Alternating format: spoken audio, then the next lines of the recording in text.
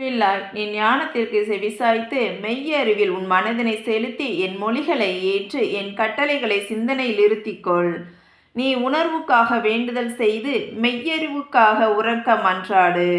செல்வத்தை நாடுவது போல் ஞானத்தை நாடி புதையலுக்காக தோண்டும் ஆர்வத்தோடு அதை தேடு. அப்பொழுது ஆண்டவரிடம் கொள்ளும் அச்சம் இன்னதென்பதை நீ உணர்ந்து கொள்வாய். கடவுளை அறியும் அறிவை பெறுவாய்.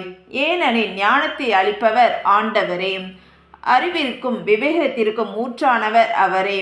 நேர்மையாளருக்கு அவர் துணை செய்ய காத்திருக்கின்றார், மாசற்றோருக்கு கேடயமாயிருக்கின்றார். நேர்மையாளரின் பாதைகளை அவர் பாதுகாக்கின்றார், தம் அடியாரின் வழிகளை காவல் செய்கின்றார். எனவே நீ நீதியையும் நியாயத்தையும் நேர்மையும் நலமார்ந்த நெறிகள் அனைத்தையும் தெரிந்து கொள்வாய். ஞானம் உன் உள்ளத்தில் குடிபுகும், அறிவு உன் இதயத்திற்கு இன்பம் தரும்.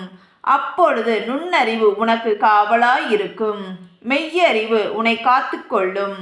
நீ தீய வழியில் செல்லாமலும் வஞ்சகம் பேசும் மனிதரிடம் அகப்படாமலும் இருக்கும்படி அது உன்னை பாதுகாக்கும். நேர்மையான வழியை விட்டு விலகி இருளான பாதையில் நடப்போரின் கைக்கு உன்னை தப்புவிக்கும்.